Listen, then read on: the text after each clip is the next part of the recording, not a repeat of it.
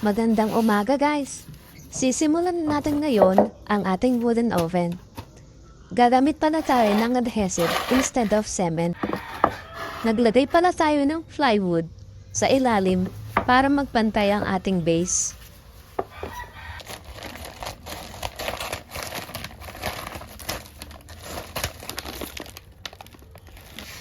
Ang adhesive ay kadalasang ginagamit sa mga tiles. Ito ay madikit, kaya medyo mahirap ihalo. Siya nga pala guys, naglagay nga pala ako ng sako sa ilalim ng ating base para hindi dumikit sa plywood. At babasahin natin ito para dumikit ang ating adhesive. Guys, hindi ako expert ha. First time ko lang itong gagawin. But I will do my best.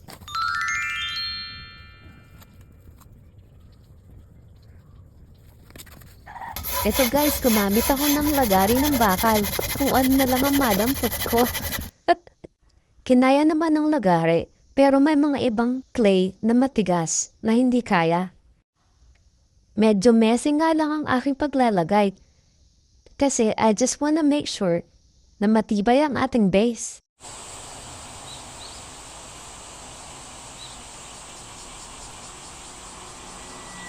So eto na nga guys, ginabi na nga ako.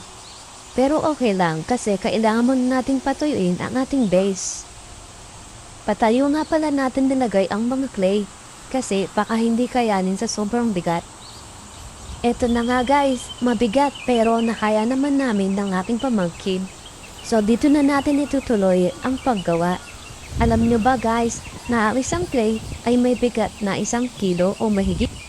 Ito guys, dahil nga as much as possible ayaw natin gumastos ng malaki, kaya kukuha na lang tayo ng bakal dito sa bahay na ginagawa ng kapatid ko. Nagpatulong na rin pala ako sa kanya magputol ng bakal. Halo-halo lang! Na pala guys, hindi naman ako nagsukat pero saktong-sakto yung butas ng kalat. Tansya-tansya na lang. Ito, nagpatulong na rin ako sa kapatid ko. Ayan, dahil pinagtulungan namin ng kapatid ko, malapit nang matapos, ilalagay ko na lang ang bakal na pagsasabitan ng lechon ng manok. Sinubukan ko nga parang mag-grinder guys. Ang dali lang pala kapag clay, pero nakakatakot kasi ang lakas-lakas niya. Nagugulat nga ako pag pinubusan ko siya, bilang mahilig ako sa matapang na kape. At ito na nga guys, nagulat ako at naputol ko siya. Na-short ka ang aming kuryente. Naku po. Ala, kulang ang brakes. 1, 2, 3, 4, 5. 5 ang kulang. Bibili pa ako bukas guys. Ayan guys, punasan muna natin siya ng kaunti para malinis.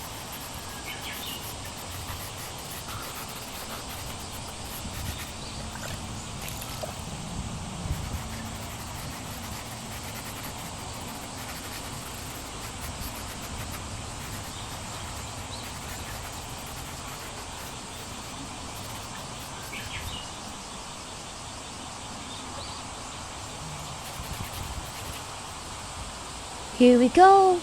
Yan, nilinis ko rin yung sa loob ng kaunti para hindi masyadong madumi.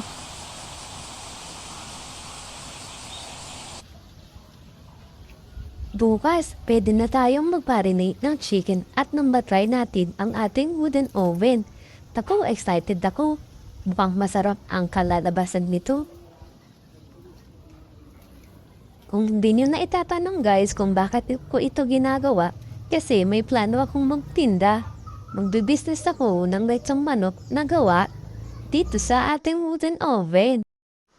Malapit na ninyong matikman ang hindi nyo pa natitikman sa inyong buong buhay. Wow! Eto guys, bumili na ako ng biting, ng chicken, at pati na rin yung matrix na kulang. Napadaan na rin ako sa junk shop, bumili ako ng pantakip ng oven. So ito guys, bago natin simulan, magkape muna tayo.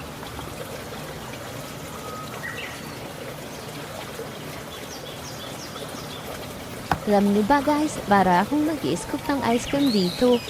Nakaka-enjoy siya.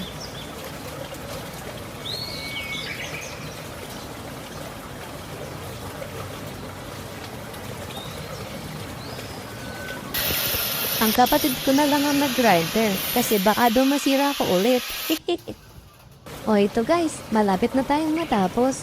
Nilagyan ko ng ngalang pa ng butas sa may lagayan ng bakal at magsisilbi itong pasingaw. This is it guys. Ito na lang ako lang yung takip. Umili rin pala ako ng pantakip yung medyo manipis. Galvanize nga pala ang binili nating pantakip guys para hindi siya agad kalawangin. Ito na siya guys! Finally, natapos din ang ating oven. Bukas, pwede na natin siyang subukan.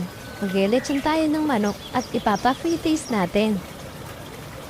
Please like and subscribe mga guys. At sana, supportahan niyo ang aking business in the future. Maraming salamat po!